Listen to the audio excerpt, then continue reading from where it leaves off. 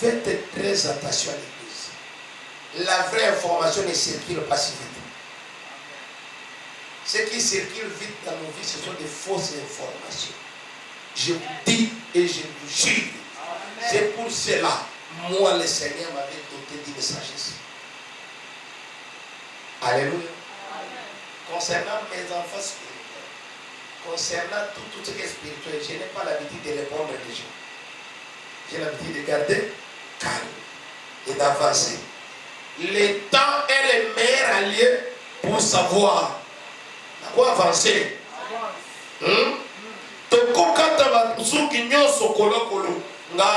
Papa Didier, papa Doudou, Tokati Bakolo, Kolo de Toussaint Mibali. Nous te payons les bandeliers à côté. Bakati Biso tous nous enseignent. Donc, on est monté à Bandazaka. Mais tout le monde n'a pas collé ma foute à la Kolo, Kolo, nous sommes tous congés. Oui ou non? Bapé Sabiso, tu vas dans 1 mois, tu vas m'arrêter. Toujours ce qu'on a tout par la foute. Au comment on a monté à Libandia solo après le temps. Au moment on a perdu tout avec le temps.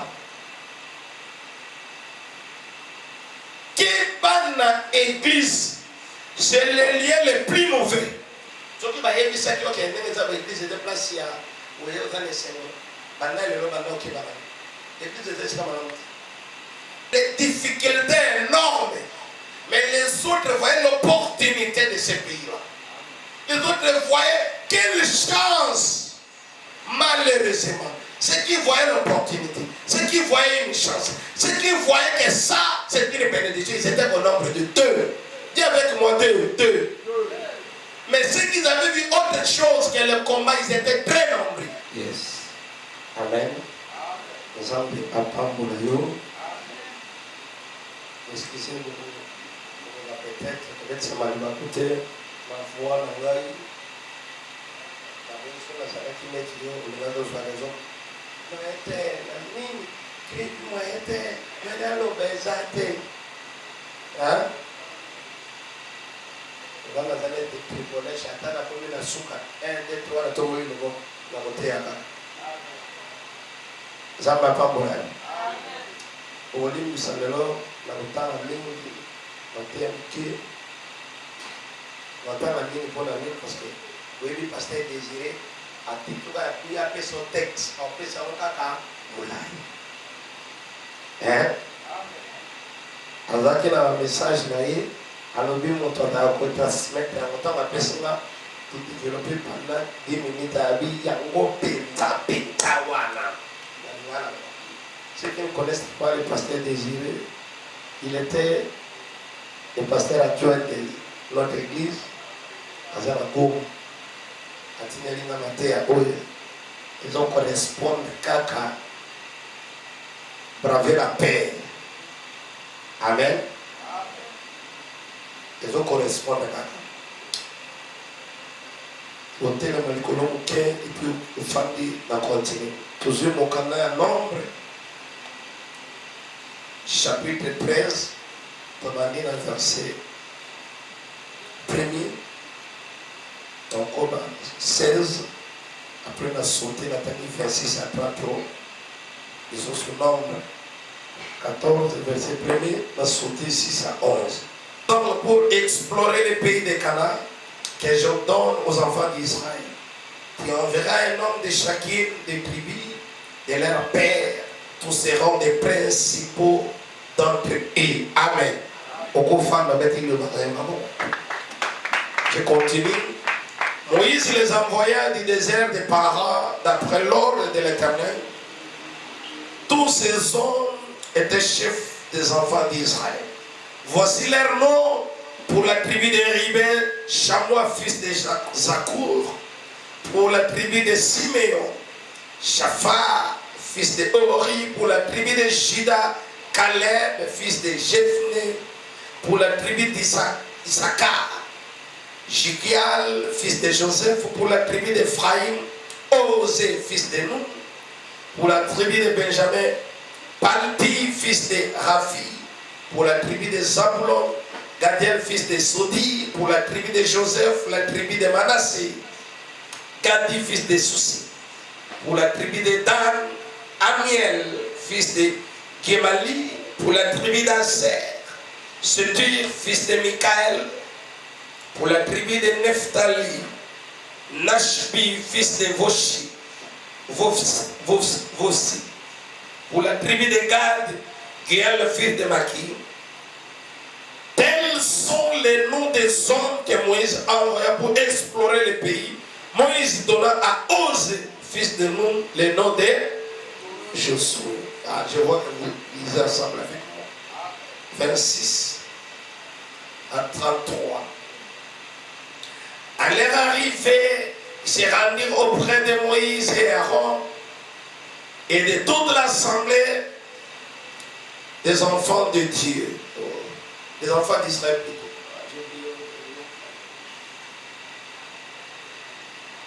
Je reprends. À leur arrivée, ils se rendirent auprès de Moïse et Aaron et de toute l'assemblée des enfants d'Israël à Kadès, dans le désert de Paran. Ils leur firent un rapport ainsi qu'à toute l'assemblée et ils leur montrèrent les fruits du pays. Voici ce qu'ils rencontrèrent à Moïse. Nous sommes allés dans le pays où tu nous as envoyés. À la vérité, c'est un pays où coule le lait et le miel et on voit aussi les fruits. Mais le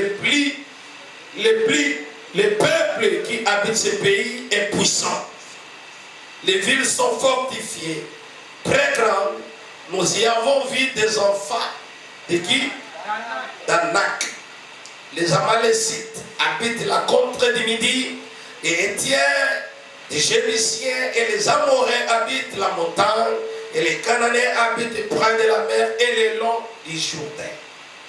Caleb fit taire le peuple qui murmurait contre Moïse. Il dit: montons, emparons-nous du pays, nous y serons vainqueurs.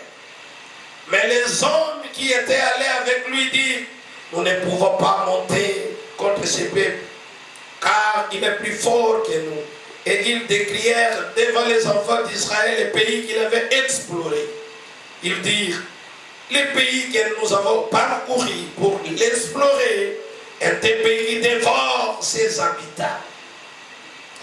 Tous ceux qui nous y avons vus sont des hommes d'une haute taille. Et nous y avons vu les géants Aphadanak de la race de géants. Nous étions à nos yeux et ont l'air comme des sauterelles. Je prends chapitre 14, le verset 1, je saute. Toute l'assemblée éleva la voix et poussa des cris, et le peuple pleura pendant la nuit. Ça c'est très important. Toute l'assemblée a soutenu les 10 rapports. Bon, j'ai bien avancé. Verset 6 à 11. Et parmi ceux qui avaient exploré le pays, Josué, fils de Nun, et Caleb, fils de Jephné, déchirent leurs vêtements et parlèrent ainsi à toute l'assemblée des enfants d'Israël. Le pays que nous avons parcouru pour explorer est un pays très beau, excellent. Si l'Éternel nous est favorable, il nous mènera dans ce pays et nous le donnera. C'est un pays où coule le lait et le miel. Seulement, ne soyez pas point rebelles contre l'Éternel et ne craignez point les gens de ce pays, car ils nous serviront de pâture. Ils n'ont plus d'ombrage pour les couvrir. L'Éternel est avec nous. Et ne les craignez point. Toute l'assemblée parlait de les lapider. Alléluia. Amen. Alléluia. Amen. Toute l'assemblée parlait de les lapider. Lorsque la gloire de l'Éternel apparut sur la tente d'assignation devant tous les enfants d'Israël. Et l'Éternel dit à Moïse: jusqu'à quand ce peuple me méprisera-t-il? Jusqu'à quand ne croira-t-il pas à moi, malgré tous les prodiges que j'ai faits au milieu de lui? Acclamons la parole de Dieu.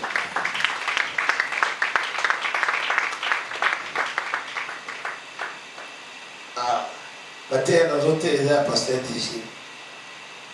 Amen. Et l'autre, papa, maman, j'ai interprété intégralement, parfois plus. Pensez au balimatin, nous avons modéré. La langue bien. Amen. Alléluia. Alléluia. Nous avons apambola. Nous avons azon le coup. Dans le Bible, mes pères, ceux qui m'ont formé, ceux qui voulaient de moi, c'est ce que je suis aujourd'hui. Alléluia. Et aucun moment, je disais que si je ne suis pas là, l'église ne va pas fonctionner. J'étais le pion majeur de l'église. La version de l'adoration que vous avez aujourd'hui, il y a un moment dans la zone, parce que la salle a gagné, vous avez la réponse, c'est non. Amen. La qualité, vous avez sous mon tour, vous avez sous mon tour, version nous sera si au moment et la conception de Outaranga. Il y a un groupe des adorateurs. Quand je suis arrivé à l'église, le pasteur avait lui-même un chant et il avait qui pouvait t'acclamer à Timiko. Il y avait une maman, maman Tété, maman Thérèse, avec son fils David, et nous avons demandé de mettre un mot. Ici. Après, il y avait un modérateur, notre pasteur Guillaume, à la elle m'a conception de mon tour, nous avons dit que le pasteur Isaac le roi mission. La Chimanamo, pasteur a eu autant la terre. Dans la banlieue, pour semble parce que c'est délivrance là-bas. Moi, je n'ai pas sauté les étapes de la délivrance. Dans ma salon de délivrance ici, délivrance au bâtiment à ma boque. Ici, mais la banlieue, on a un processus, il y a délivrance. Déjà, il m'a la boque de jour au jour. Si vous avez un hôpital, des eaux longues. Si vous avez un moïbi, des eaux longues. Si vous avez un dumba, des eaux longues. Si vous avez une jeune fille, à l'eau. A télévision tout à l'heure, tu soutiens les belles les années les autres. Vous avez ce qu'on a dans le terre. Madame, on va enseigner c'est la dimanche pour vous là. Ce qui a dans le terre, elle a mis le point. Elle a fallu cette église. Ça va pas pour là. Fallu dans la lumière, on a dit, ça va bien. Ça c'est le Saint-Esprit. Alors moi je vais parler comme un berger de l'église. Biloko nyonso bino bozomona oyo bokasa tekesaka na okadini profeti tokeza lokutoyebisa te ndenge toza okasi teke tozala na posa basi ezalaka te na tuni ezalaka te d'abord la science papa bino mibale misatu bozala anangai po bato namoni église emonaka lokola biso toza kote mosusu mpe bango baza kote mosusu. Il y a un frère, ma sœur, à Topé, à l'aise.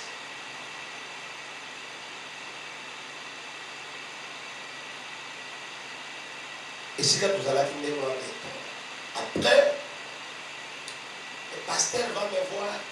À mon âme, à Camo, mais à Kosingaï. Allez, papa, moi, nous avons dit, il faut noter le magasin sur la. Il faut que nous manipulons tout ça, mais à la réalité, pasteur, moi, je vais nous là, la bombe, je vais habiter au Québec. Mais ils ont payé qui nous sommes pas comme on a papier. On dit bien nous sommes regardés nous. Après quand malobandé aux amis on a habité dans le côté. Malobandé au Outa, wapi. Suivez-moi très bien aujourd'hui. Alors Dieu simaka mito kwa babona. Les hommes en qualité. Nous sommes là à Cameroun à Outi. Imagine toi dans une église en 1824. Là il y a la borne. Donc, la bonne même enseignement, même matin, on dit déjà papier aux autres là. On a vraiment confusion. Alors, il va me forcer. Et j'ai obéi. Je me suis mis debout. Là, vous étiez encore à Kéména. Vous autres, à Kéména. On va dire, on continue même là. On a dit, on a l'assemblée. Quand on a bien, vas-y. Comment la nation n'a pas. Comment le pasteur Guillaume a joué l'État, le pasteur a eu son micro pour modérer la vie, pour modérer les années.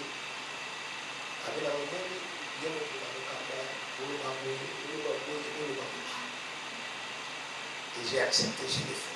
Première fois, deuxième fois, et bien. Je continue à envoyer ma. Il faut que ça aille.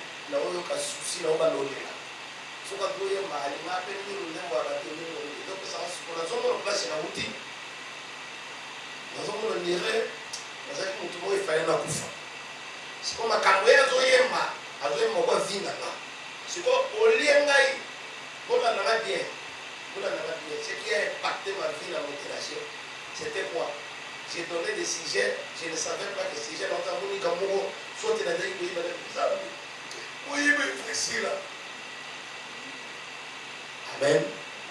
Amen. La zone où on a mis dans micro. Et comment on a impacté l'église. Tu vas lire. À côté de moment, là, quand on avait mangé moi, na simba mi na woko mona pe, na zoe ma sans voix c'est le côté taillé mi na. Et comment pasteur a dit tout zoe ma yoke tia ka voix. Suivez-moi. C'était comme ça. Et après, il va former à tia ma maman Thérèse Kaimo Besini ba yoko na kisa. De ba yoko na. Papa Dani a côté na koyema na maman dit. Église Amen. Amen. Église Amen. Amen. La maman dit bah écoutez la maman.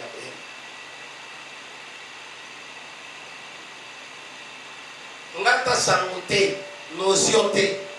Akabala zebisa. Leto continue. Donc le monde a simali matoya. Combien on est akati na mobusi. À partir de la sala voyage na musala après au Congo. Avec la famille, la chambre, le Seigneur commence à me parler. Quand j'ai passé beaucoup de temps seul, j'étais au nord, il y a le Seigneur qui avait mal à la communauté, j'ai passé le temps où je suis avec mes parents, ils faisaient tout. Alors, on a ma maman, on a dit que c'est un ordinateur, on a dit la cantique. On a dit que l'adoration, le Seigneur m'a enseigné concernant l'adoration dans l'église. Personne. Il va me montrer la conception que nous allons mettre à l'église. Voilà. La prière au niveau, la prière au combat, l'adoration, la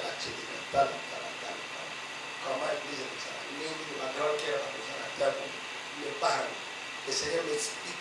Je commence à prendre les notes moi-même.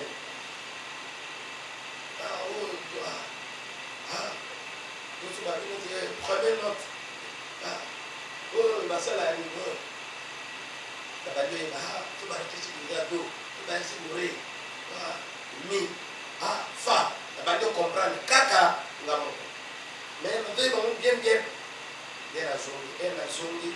expliqué au pasteur, le pasteur a dit, waouh ça.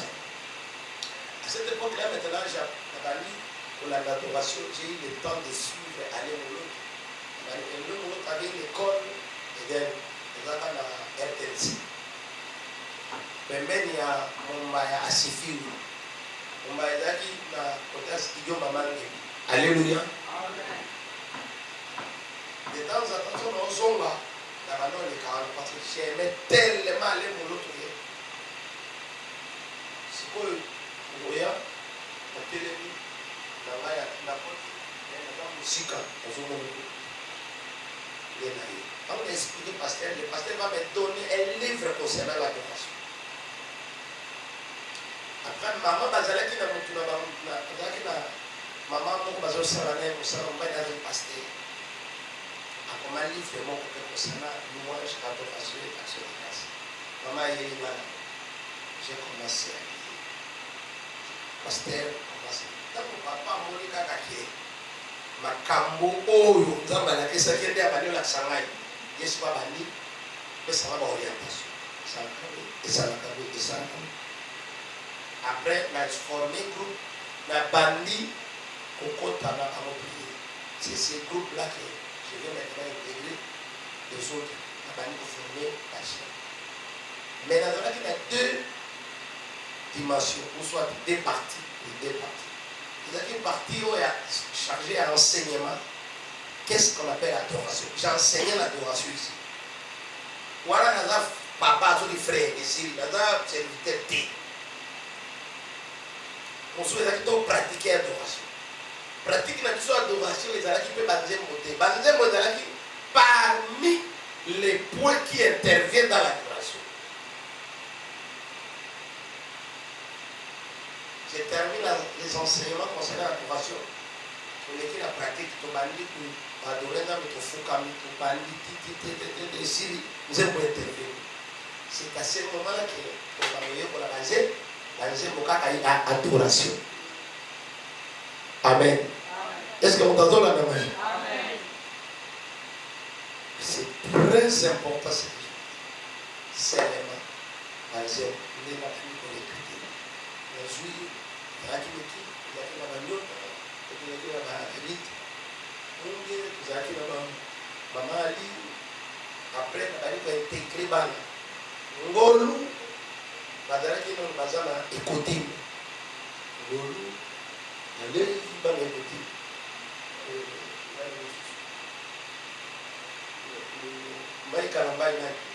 Michel, voilà. C'est-à-dire, il y a belé magie.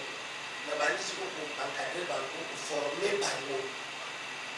Il y a des gens qui ont écouté, qui ont soit bango. Parce que nous avons pas de piquet. Je me rappelle, parce que c'est quand il papa, qui a ban à eux. Papa n'a pas de colo, n'a pas de quoi prendre. Une semaine, vous avez la raison. Basa. Lui, il a dit comme ça. Chaque, il a dit non, mais chaque. Avec un an, on va mettre en monté. On va poser le tir du Liban, il a dit ta vie. Après, mais chaque attaque sur moi, mettre en monté. Il y a un télémi de Bénia. Qui est au coma. La version de l'adoration des Zanga. La Yinginaye Bissabino Boui. Amen. Amen. Ce qui nous donne ça, ensemble avec humilité. Si tu es humble, nous allons entendre là. La Bible dit nous connaissons en partie et nous prophétisons. Je dirais même nous parlons, nous enseignons, nous prêchons en partie. Nous devons soit accueillis pour ça l'église. Ce qui est allié, on commence par moi, votre pasteur. L'église est en Kanga. Nous avons dit que nous avons dit que nous avons Amen. Ni moi que vous me voyez ici. Attends-là. Si on a dit que l'église est en Kanga. Vous avez dit l'église. Bakukangaka église corps de Christ. Surtout C et JC. Mukolo. Yesu akoya pour l'église. Amen. Il ne manquera jamais un successeur dans cette église. Jamais. Pourquoi? Celui qui a reçu la vision dans cette église, ce n'était pas moi. C'était notre Père à de l'armée. Et il est mort. L'église n'a pas disparu. Sauf que mon travail est vision. À Koufaki, vision de persister. C'est que vision des gens qui aident. Alléluia. La langue bien. Ngai na yeka no jouer kaka partition. Bako sabinote. Nazo jouer partition là. Et je vais laisser au moment où ça va l'autre viendra à continuer mon salaire. Et qu'aussi la terre. J'aimerais vous tranquilliser. Tu peux être aujourd'hui ici. Tu as été gagné par l'air au lieu ou quelque d'autre. Le salut est individuel. Le salut est individuel. J'entre dans ma terre. Par Israël, Bazalaki n'a beaucoup en Égypte. Vous donnez l'historique. Bien aimé, Moïse qui a sacrifié pour moi pour défendre le peuple. Moïse a connu la pasité. C'est faux. Moïse n'a pas souffert. Il a passé le temps dans une maison, une parcelle, peut-être là où il y avait les rois. Il a étudié dans la sommité des écoles, sommité des universités. À l'époque, l'Égypte était considérée comme le sommet de la science. C'est là où Moïse a étudié. Il a terminé les universités. Mais Moïse, concernant seulement la vision, concernant Makabouazam, il va abandonner la maison des pharaons. Les royaumes, mais il va laisser les royaumes. Lui qui était considéré comme un prince, il va laisser à cause de défendre l'évangile.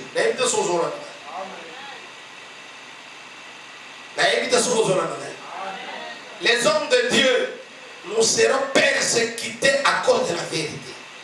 La vérité reste la vérité.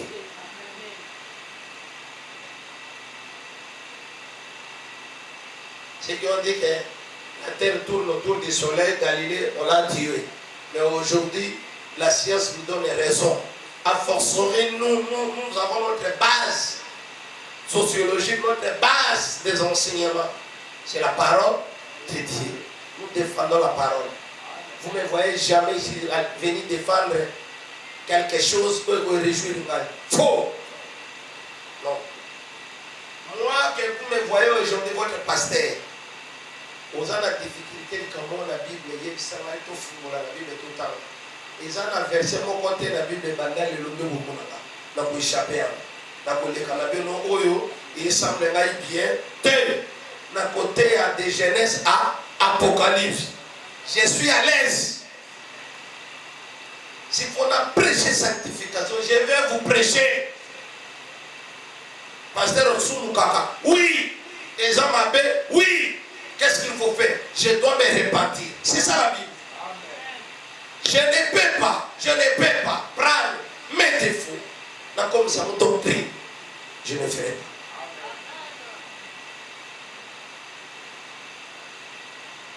Je le ferai. Et je ne laisserai jamais qui que tu sois.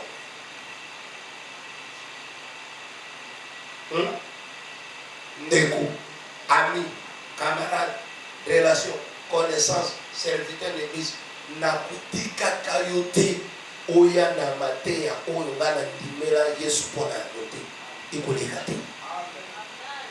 Nakuleka wa nalobi entele bakanalobaki na bukia. Ceux qui connaissent notre pasteur Adela, il était comme ça. Pasteur Adela était plus pire. Papa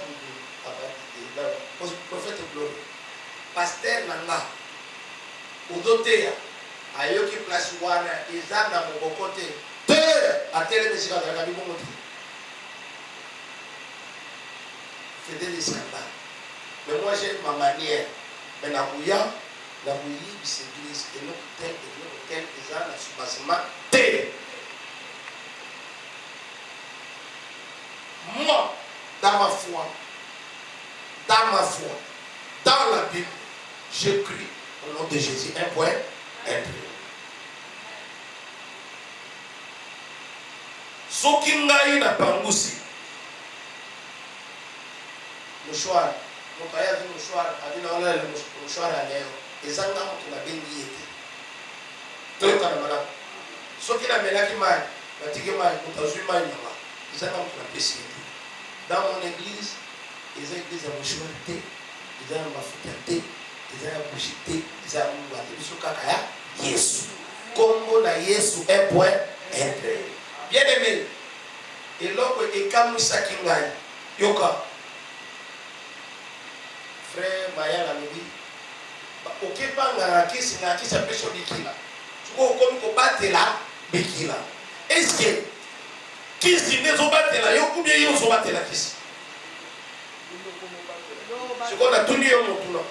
On a un problème de bouteille à moi, ma foute ici là qui au salami. Comme on a eu ce connu, pourquoi? Parce que ma foute est sale. Est-ce que vous vous rendez compte? Amen. Soyez participants et très à l'aise de là où vous êtes. Je ne peux pas mélanger l'évangile. Ce que j'ai reçu gratuitement, je vous donne aussi gratuitement. Moïse sera appelé par Dieu pour l'obéissance à Israël. Il est venu dans ma condition difficile. Il va Pharaon, il a tout fait Pharaon et ce n'était pas facile. Il était la même puissance que Dieu. Il va faire sortir ce peuple. Abimisi Bango. Tant que mon colobaye va connu la mer rouge. Population, peuple, babani kolela koloba. Babani kobanga. Abimisi Bango le craint de Dieu. Pourquoi c'est douille? Restez calme. Vous verrez l'Éternel, votre Dieu, comment il va agir. Amen. Il agit toujours. Pas de murmure, pas de tourment. L'autre qui reste calme. C'est à ce moment-là qu'il agit. La Bible dit, Dieu parlait à Moïse, il a dit, prends ton bateau. Mets ta licoya. Dans ma bêtiment, il m'a essayé. Et puis, bateau va aller. Babandi. Jour où Anzala, Moïse a été dans le monde Sameli, Zamba de l'obé Bobangate, dans le titre de la Bible de l'homme, Manekoya. La maman Panikolo a quitté ça. Amen. Balama Bassos Ricolo est quitté. La Bible dit il n'y a personne qui parle avec moi comme mon serviteur. Qui? Moïse. Je parle avec lui de bouche à bouche. Zamba Bama. Écoutez l'église de Christ. Un jour, peuple les a besoin de maille. Babani kolulela oloma. Samba yebisi Moïse kende kolobela nini ibanga. Maille bosa nini ekobima. Mais pression eyeli Moïse que Moïse n'a pas supporté. Mbango azokende pas comme na libanga place wana. Il y a kanda wana na bateau pression bateau wana Moïse azwa bateau asali nini abeti na libanga. Pesama amen. Olia lobela kaka libanga ye a abeti. Boyoka na Maria nzamba yebisaki ye beta mai kaboni. Na libanga yebisi lobanga na libanga. Et Moïse abeti. Kobeta beti libanga nzamba lobi Moïse. Omoni makambo tune na tamboli na yo. Oyo ezaka feleki makambo nyonso. Église alléluia. Amen. Alléluia. Amen. Moïse azozanga kana likolo kaka ya kobeta libanga. Lobi na taiko ya tsoke bayeni. Ke suki bayebisa bino ke nzambe a changea azonzambe ya mawa ngana mimani. Amen. Amen. Le péché chez Dieu a des conséquences. Ata limbisiyo okozwa sali. Ezana ba péché mosusu na se na moyo okosala. Tout en restant avec Dieu. Peu ensemble. Soko siliki ne ok. Ata okufe kosala ye eloko te.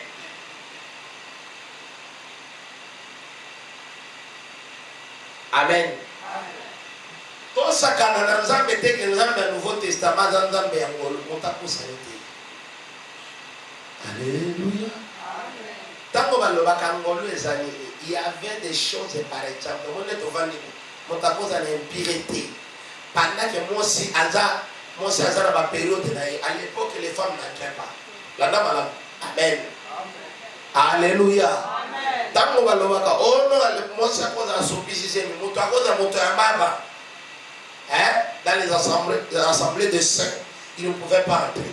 Mais aujourd'hui, la grâce fait en sorte que ce n'est pas à cause de ça. Tout le monde, à cause de la belle de la Kakomona, mais pas les sous. Si tu pêches, le péché a des conséquences énormes.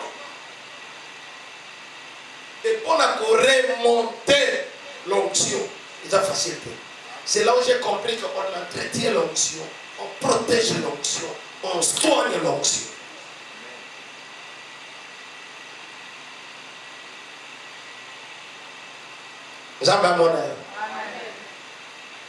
Moïse a Kena bana Israël.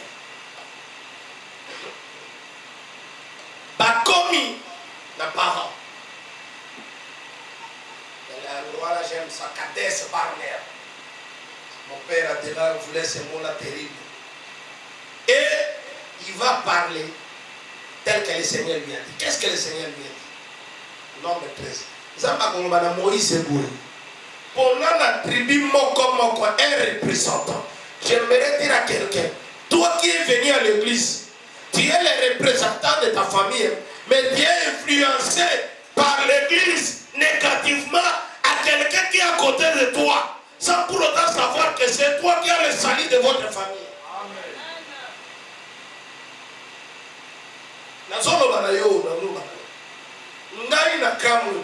Les 12 tribus bazaka papa moko. Mais pour les gens qui sont représentant moko ya 12 tribus, otinga tabato baté. To otami papa moko, maman moko. Mais toza na sali de moko te. Biso tout to bosa et l'ensemble de moko télé. Et bani ko kabona. Représentant de chaque famille. Avec des gens qui ont exploré Canaan. Aïeba, nous les appelons comme ça, quand on a la salle. Bible nous dit abonner par de tout un paquet. Bakoma, nous les Canavaville, Aza comme a batominé le Milaï, les fils d'Anak. Batali armement.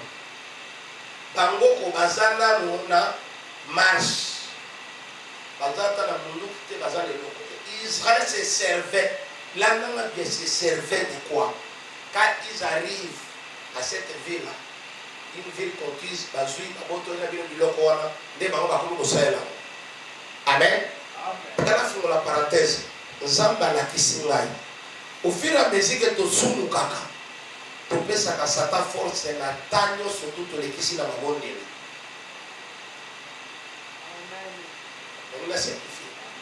Là c'est plus. Si vous gardez vie de prière, vous n'avez pas de faire. Si vous avez un Simon qui est sami, et ça, vous avez un carburant qui est Satan. Il y a un message de ressources dans mon Simon. Vous avez vide. Vous avez un tant que vous avez gagné, vous gagnez un anime. La plupart des combats, parce que nous ne combattons pas physiquement, c'est spirituellement. Amen. Contre les esprits que tout le monde a dit. Vous allez gagner espace. Espace, nous devons conquérir l'espace, nous surtout les fils de l'Ak Bavana. Nous sommes là, et nous sommes propriété à Madame qui a mis sous. Tu es là, dans mon soum, c'est-à-dire que nous sommes dans le terrain, nous sommes dans le soum.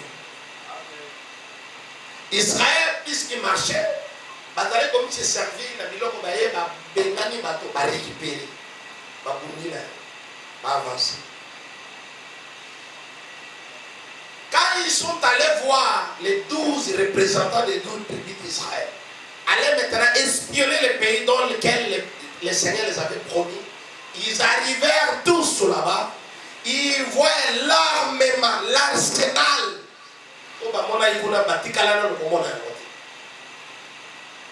Alors ça a effrayé une grande partie. Église, alléluia. Na tuni motuna mo na tuna mosi na bete biso bakoni si batali bazui ba biloko poya kuna sabane mbele Moïse ba ibisi réellement que nous étions là-bas. Regarde la différence. Tu es la miel et puis tu tambola tout le monde dans miel. Tu es la miliki bana tu tambola tout le monde dans maziwa. Tu es la fruitière ta biso ezalaki effectivement, mais leur vision était différente des autres. Amen. Alléluia. Amen. Le problème, ce n'est pas de regarder. Tout le monde avait regardé, tout le monde avait vu, mais ne voyait pas de la même manière. Les autres voyaient l'obstacle devant eux, les difficultés énormes, mais les autres voyaient l'opportunité de ce pays-là. Les autres voyaient quelle chance, malheureusement.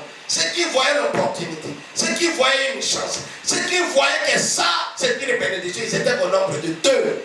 Dis avec moi 2. Mais ceux qui avaient vu autre chose que le combat, ils étaient très nombreux. Faites très attention à l'église. La vraie information ne circule pas si vite. Ce qui circule vite dans nos vies, ce sont des fausses informations. Je vous dis et je vous jure. C'est pour cela, moi, le Seigneur m'avait doté d'une sagesse. Alléluia. Concernant mes enfants spirituels, concernant tout ce qui est spirituel, je n'ai pas l'habitude de répondre aux gens. J'ai l'habitude de garder calme et d'avancer. Le temps est le meilleur allié pour savoir à quoi avancer.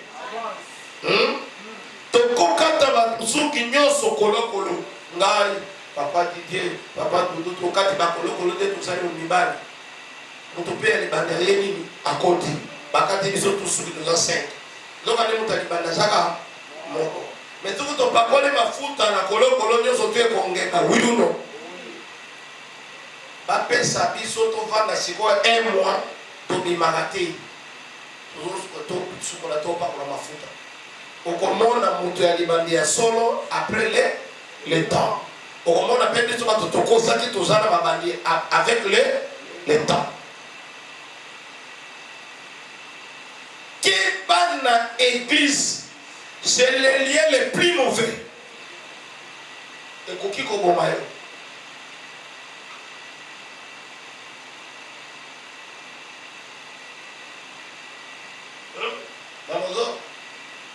ceux qui m'ont dit ça, qui ont été dans l'église, ils déplacés à où ils ont les Seigneurs. Même votre pasteur, je suis victime. Ceux qui me connaissent dans cette église, ceux qui me connaissent dans ma famille, vous allez m'excuser parce que je suis né quand même comme Jésus, n'est-ce pas? Dans la famille au retour. Ceux qui me connaissent, l'homme de la paix depuis toujours.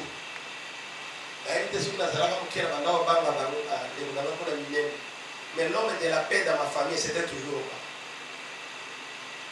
Amen. Amen. Moi, je faisais des concessions. Si on achète des habits conformes avec mon petit frère,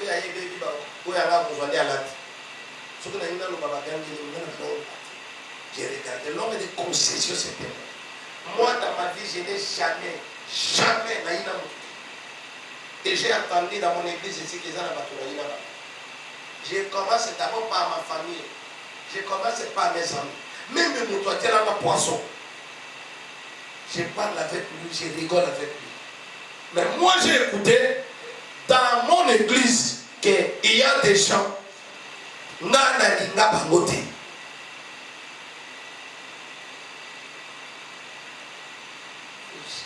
Toujours faire des préservations.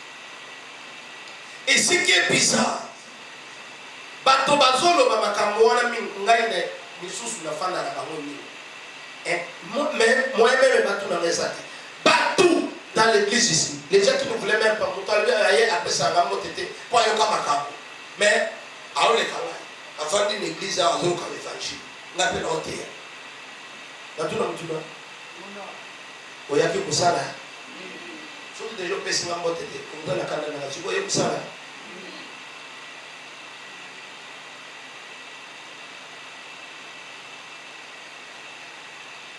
Une parenthèse, dans tes désirés. Boyoka pasteur désiré, et non comme on va passer. Alors bien on a beau. Abi omoni Pierre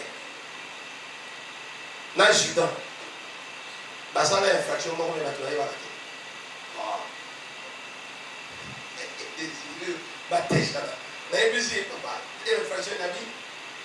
Omoni Judas terra Yesu.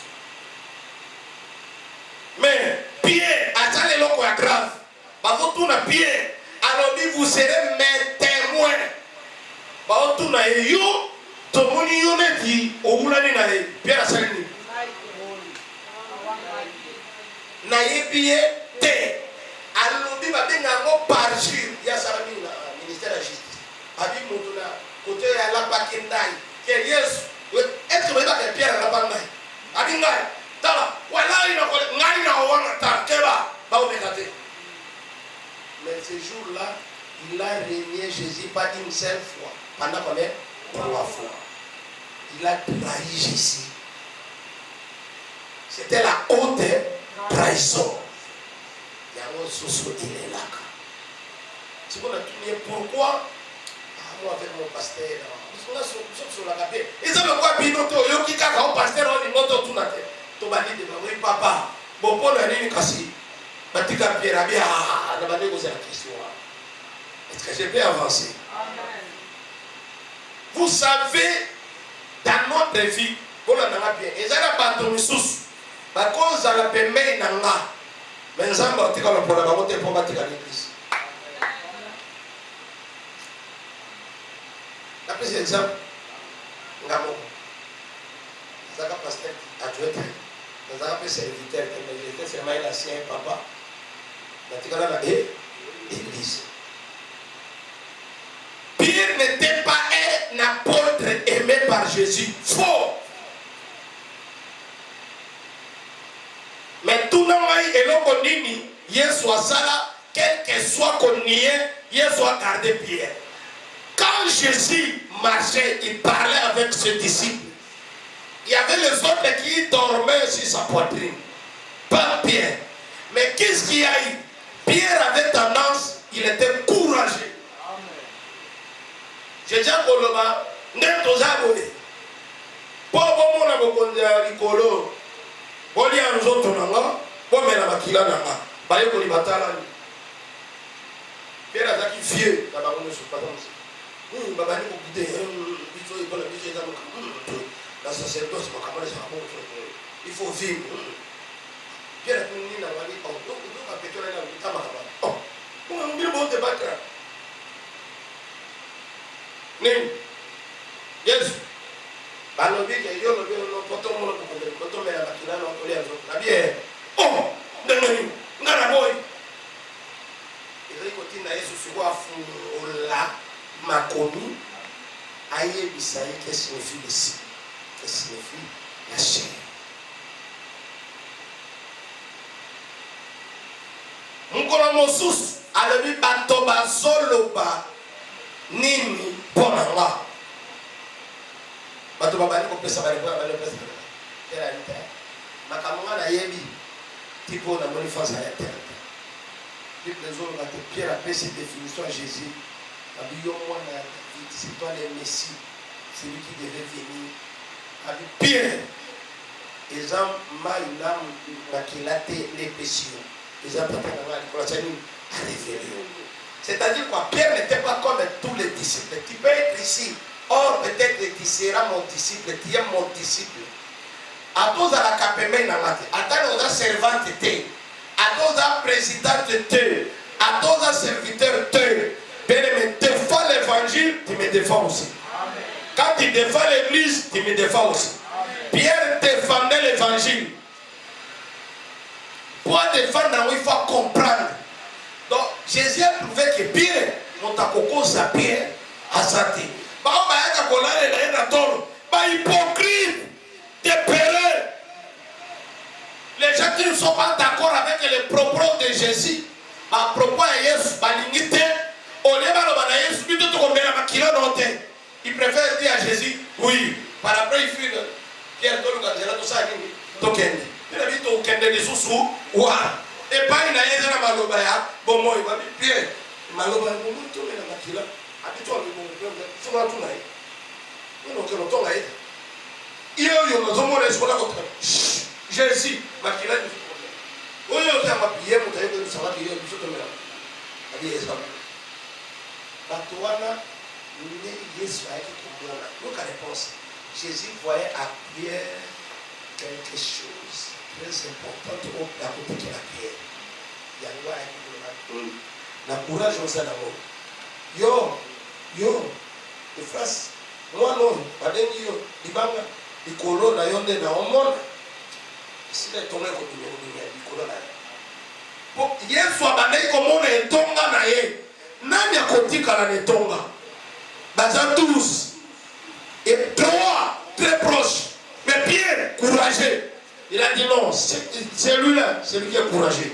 C'est lui qui va continuer cette œuvre.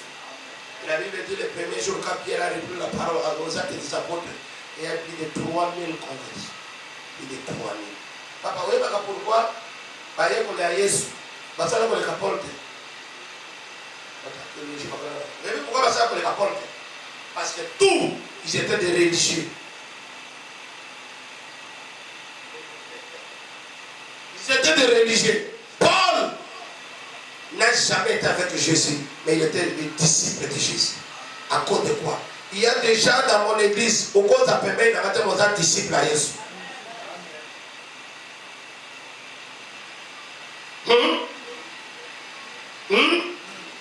À partir de l'élo, j'ai des disciples dans cette église. Si tu n'as pas encore emboîté les pas, je t'encourage de devenir comme Pierre. Pierre, les militaires sont venus avec pas épée, Pierre a dit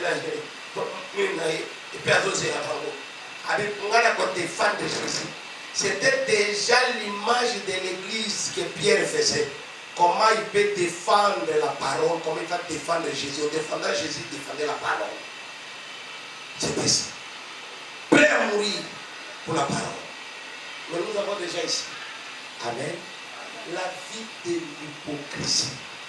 Il n'y a pas une vie où on connaît ça, de l'hypocrisie. Amen. Il a changé. Vie à l'okuta, vie à mensonge. Il n'y a pas une vie où on connaît ça, qui tombe pour les gars. Vis ta vie. Une vie normale. J'avance.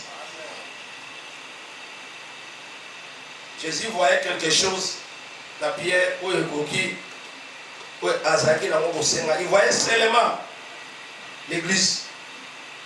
Alors,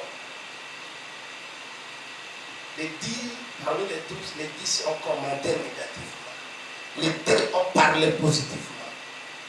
C'est ça l'image de l'église. L'église d'aujourd'hui, les mauvaises pensées, mauvaises paroles, fausses informations circulent avant plus que la vérité.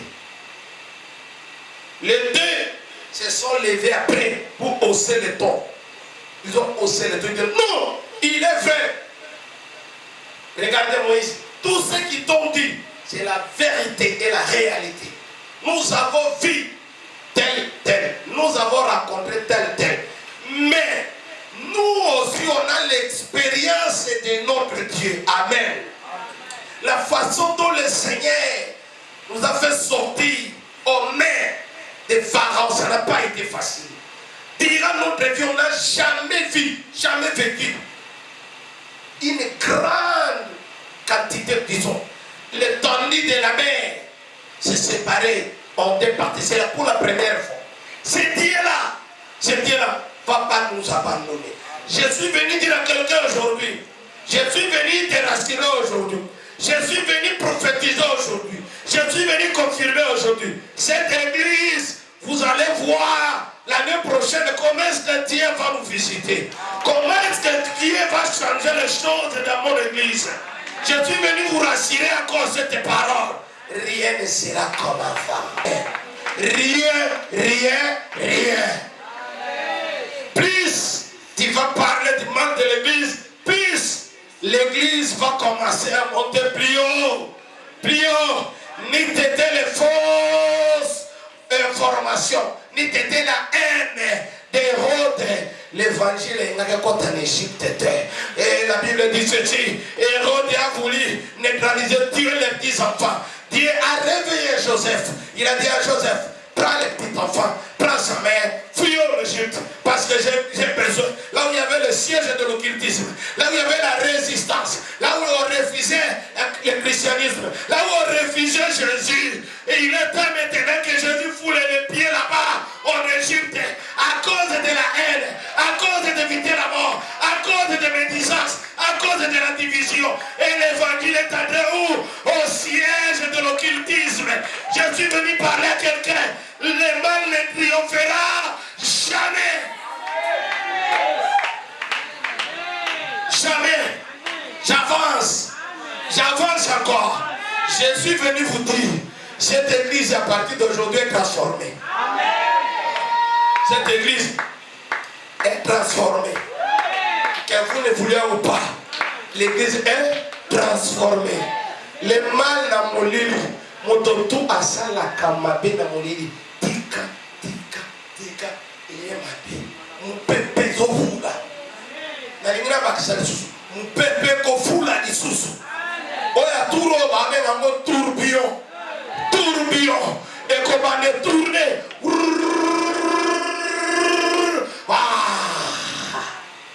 ematisi yoka moko sali nini olongwe.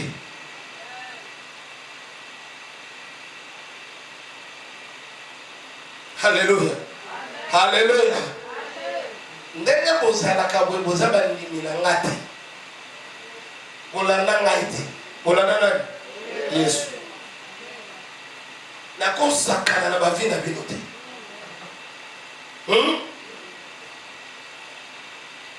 Nakopetela bino masolo. Ya kosepelisa mitema na bino te. On parle ba problème. Aïe na lisumu na aïe na ba alliance ya famille il faut kokuta l'évangile pe kangola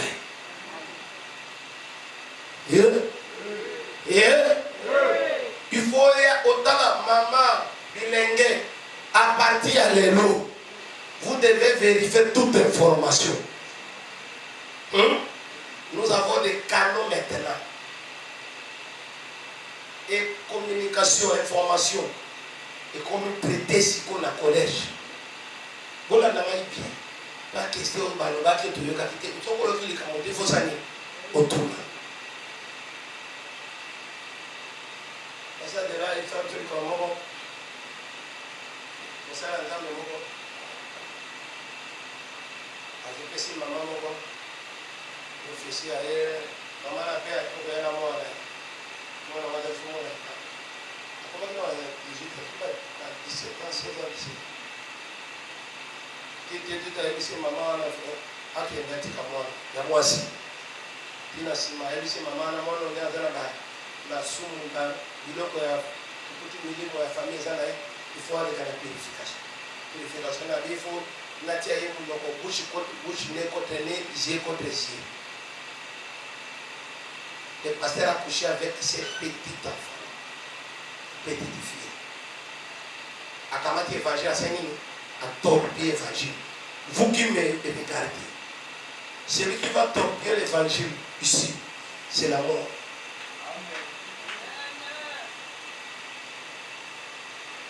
Le Seigneur m'a dit ça. C'est pas ton évangile, c'est pas ton église. Pour toi qu'on parle l'évangile, tu as maman, il faut savoir ça là au Kokufa.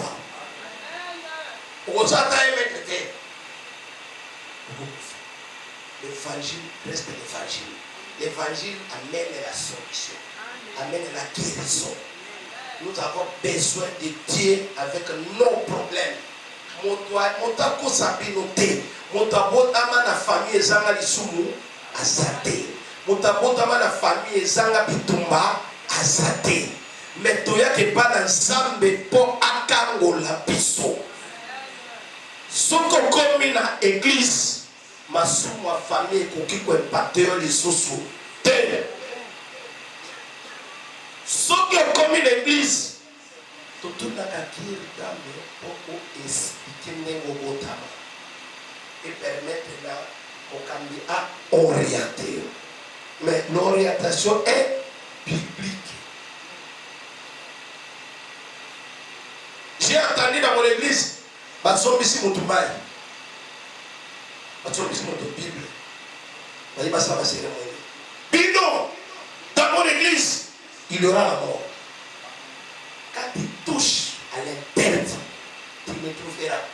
Na posé la terre, on a eu comme on a piloté, na posé un micro, dans le dit frère, tu suspendre yété, tu pingani l'église, pour te partager foi, mon les sous Bible lobi bato wana eza bato ya sanction te eza bato ya kopenga na bango.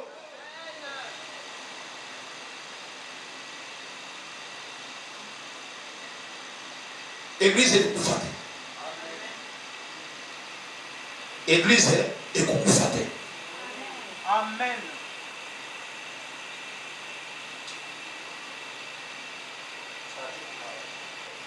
Église la colère, monte en cocaro, à zaté. Monte pas comme tout à tour, que ce qui n'a zaté, n'est pas zawana, pour qu'on soit prophétique, à zaté. J'ai toujours aimé, vous savez pourquoi moi j'aime le prophète de Gloria, souvent, pas comprenant. Et comme Pasteur Adela. Pasteur Adela, il a vécu, on l'appelait prophète. Mais Pasteur Adela, Pasteur Adela, on a enseignement. Somme. Vous voyez qu'il est prophète, il ne voulait pas. Il faut y aller à prophétiser. Ça veut dire quoi? C'est tout simplement la dimension de la connaissance de l'évangile. C'est la parole qui guérit. C'est la parole qui est la prophétie par excellence. Surtout dans le vie de Néné Zaliawa. Alléluia. Alléluia, Église.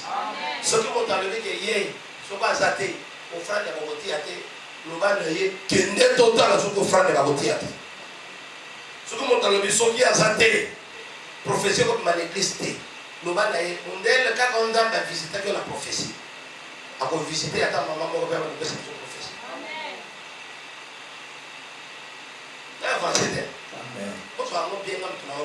Ce que nous doyons ici, d'abord, quand nous avons dit que piscine a été Zézaïe à Koussio. Vision a piscine a été Zangamo. Nous avons rompé le loté 2013. N'expliquez pas de là. Nous, piscine a Bethesda, mon toit de Bosso, mon colo piscine a Bethesda, Jésus. N'a y a pas de terme d'exécution. Amen. Et qu'on pérenniser la vie de nous. Comme nous l'avons tout, on est aux arts, on évangéliser pour la piscine et à Bethesda. C'est-à-dire que tu entres dans cette vision. Toi aussi, tu deviens propriétaire. On doit impressionner que tu as une piscine. Tu as une piscine.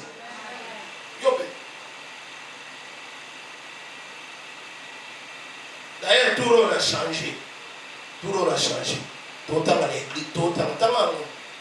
Tangi Mokandana Acte, chapitre 12, à partir du premier verset qui est dans la 5e. Vers le même temps,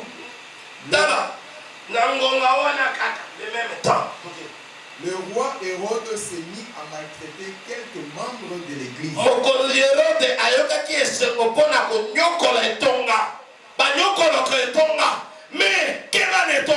Amen. Soit problème est là, cause un problème n'existe. Amen. Tala, soit problème est là, papa abino, na maman, na moi si na mobile, na moi là, cause un problème n'existe. Amen. Et il fit mourir par l'épée Jacques, frère de Jean. Tala, Jacques a qui moins important. Papa ne pas la commande ah, ils ont battu tout madame moins important. Phrase yo le bakana.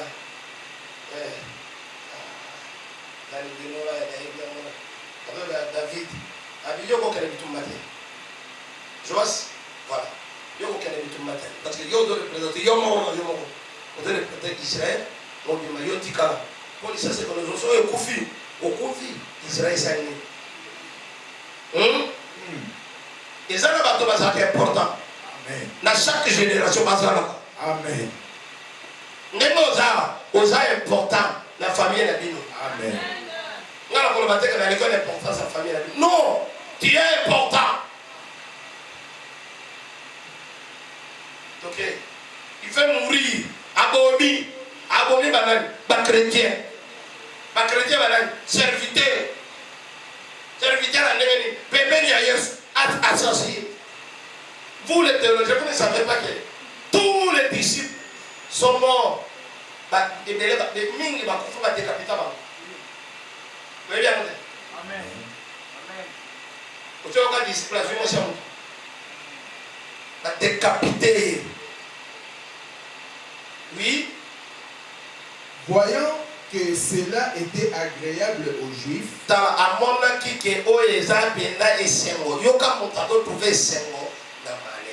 na yuki bato sepela ke l'église ekosila ekokufa pino na nzambe ya tela na nzambe ya leo na nzambe wa bengayo yo mona loboko ya nzambe Par témoignage, il y a ma maman Vic. Là, nous parlons. Maman, tu étais au Goloba, elle a été dans le Goloba. Pourtant, c'est ma frère Benjamin. Pourtant, la frère Benjamin, pourtant, maman n'a pas jamais connu le pas. Amen. Pourtant, la maman t'était. Maman n'a pas tous les samedis, on t'a dans la grande carreau propre. C'est bon, maman, n'est pas autre côté à vous, tous les jours. D'ailleurs, dans les guenilles, par exemple, maman ne parle pas. N'a pas le côté. Déjà 1-0. La Goloba. La Goloba. Loba. Maman Vic, ni au samedi, tout là-bas. Maman Titi, maman, dans la côté cabine, c'est ça, et non Titi. Pas le nom, pas pour maman. Oh, yo béni, ou pas pour maman.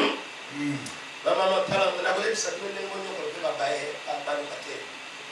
Attends, moi, mon go. Tu vas te les armes, maman. La vie, en tout cas, il faut la continuer. Pardon, on va dire ça. Mais tout le monde a passé.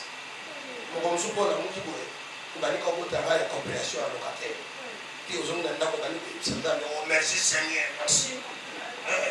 Comme la fille, non, c'est ma pardon. Tout le monde a qu'à passer. Le bas passe.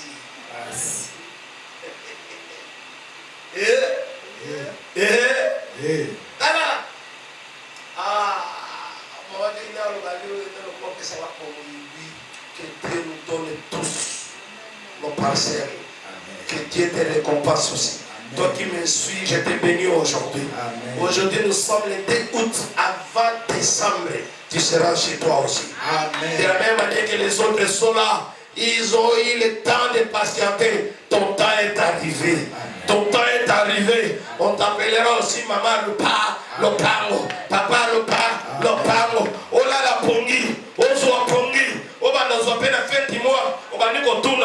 Bah locataire on peut passer bah 10 mois. Oh ça locataire de mon côté. Ah bon tu connais ça qu'on a non. Pas chez les qui. Oh tu connais ça qu'on a non.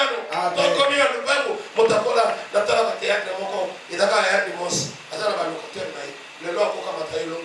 Côté à la ligne. N'importe ma colonel banda locataire pas mana ko tabiyo aka moni to biyo to na to ngaki ndako ozalaki onda kwa ka porte okanga porte akele kote mosusu akoti na chambre nini adina la nga beto la bilete la la ya onase atika ko sekete kan ne junga te alali ngana busa amoni pasi ni to mo na moni pasi mama docteur la même mort aussi les amis qui sont venus aussi les locataires Egoya Amen. Voyant que cela était agréable aux Juifs, yes il fit encore arrêter Pierre. amoni ka mesani kolia ba tala ko mesana ko bebi saitonga 2025 et là 2022 ils avaient 2019 2 ils ont 2025 ils ont 2025 papa tant to banda ka piscine beteza yo zalaka te ils ont piscine beteza ba gloria ba timisu tu que c'est année moko la tuni okaje zanenge moko adobi misela ngo misu na misisa kwa nini mukolo wana na hivi sio yo kati priere za physique kakomi malembe kama mimi wala kugesuba priere teba kofi ayi papa mtu na moni mtu akata na nikolo mtu ifa kufa c'est que vous trouble mtu amesana kokanga ezana batu musu kokanga ete iza l'église mususu bamena sakango te. Il fit encore arrêter Pierre, c'était pendant le jour de pain sans levain. Après l'avoir saisi et jeté en prison, il les mit sous la garde de 4 escouades, de 4 soldats chacune, avec l'intention de les faire comparaître devant le peuple après la Pâque. 5. Pierre donc était gardé dans la prison. Et l'Église ne cessait d'adresser pour lui des prières à Dieu. Amen. Alléluia. Amen. Aux hommes Petro Bakangi, Azana Bilaka Yesu, l'Église peut comprendre que Pierre, Azana Bilaka Yesu. Pierre, pour l'Église, l'Église est changée façon à la loi au monde et à Maka. Est-ce que tu peux changer façon à la loi à Maka? En quelque sorte, elle a changé. Tout le monde nous a mis. Tout le monde nous a mis. Au moins, tout le monde a dit Pierre a dit qu'il faut la dire. Pierre a dit qu'il faut la nous sommes en ligne. Il y a des gens qui ont dit ça. Est-ce que vous comprenez? Donc, moi, c'est comme si ni était était pour tout le monde. Bakamaki Jacques. Bakoufaki était. Baliaki était. Avec Osambé était. Mais l'église est acquis ici. La différence entre Jacques et Pierre, c'est l'église. Est-ce que l'église, vous avez la Souka na souki mateya na nena fan di sawana. Soki église sepeli na likambo ke na vai bokende. Soki église telemeli likambo na likambo le évoluer te. Soki église le que tombi mais ça va riche, to mais ça va riche.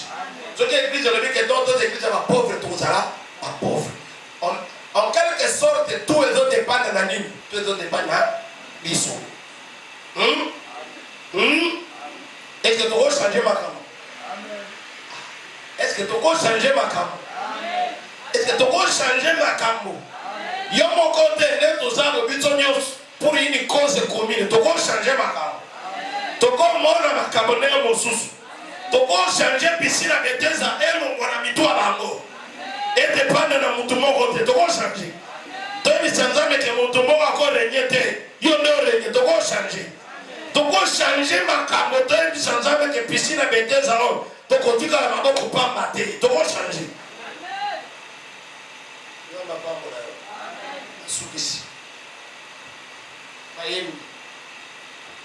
Si j'ai mon, tu changes ma camotte.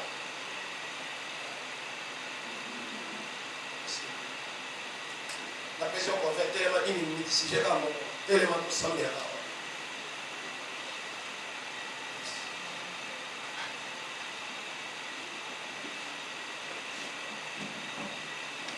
To changer ma camp. Oui, ça nous a mis à bon pour aller camper là. Oui, pour une cause juste.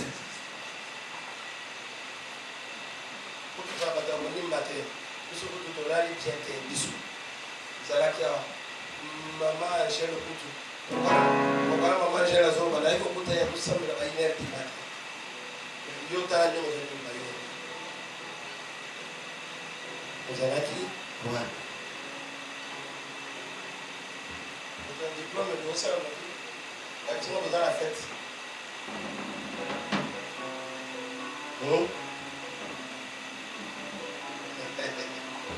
Vous savez, tellement tout ça.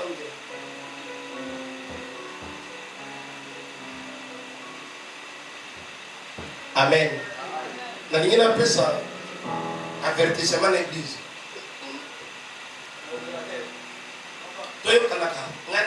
Ngande pasteur. Vous devez dire que l'église va tellement. Mon toit à mon qui a cocaté. Il faut habiller. Tala. Boyo kama na vile sabini. Tuko ile église oyo. Soko za kama ko passe. Ufamna libanda. Telema to telemi. Fukama to fukami. Lala to lali. Soko boyi place neza liba libanda. Bino ba protocole. Ono bino ka fule. Mtsana oli angaita. Na mono bino ko ba fule. Nana sait si bino que délivrance est à la face. Qui vous a dit ça? Totele matoya baba balani. Baba. Tu peux donner un totem, ils sont pas là, ils ont mon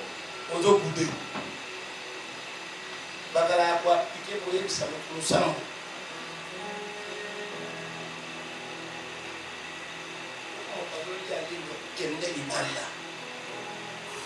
Naluki, la personne qui m'a dit, la personne qui m'a dit, témoignage, il a 25 matins de Marseille. Il y a une femme qui a prêché à Lobéboué, dans le Nigeria, église, ils avaient 150 000. Vous avez raison, ils avaient église en Ken, dans le Libéry. Avec une église, ils avaient 3 millions de membres. 3 millions de membres.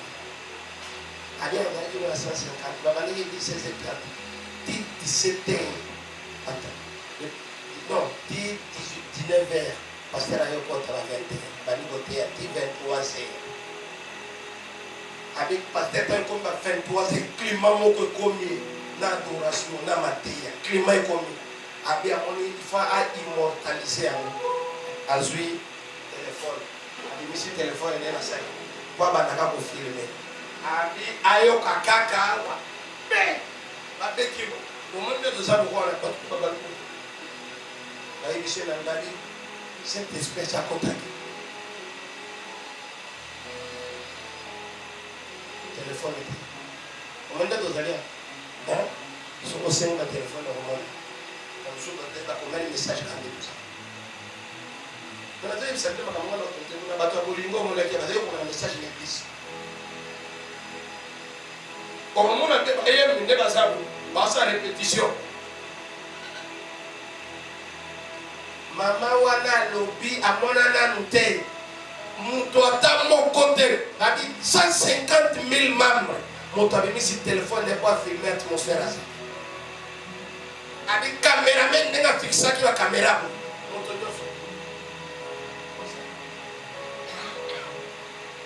Ah, l'église à Congo. Église à Congo, le bas Congo.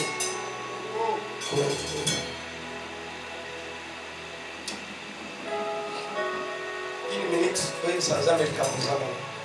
Canal Maison. Soukaka. Osambeli na Congo na Yesu Christ. Par la dit. Par la dit.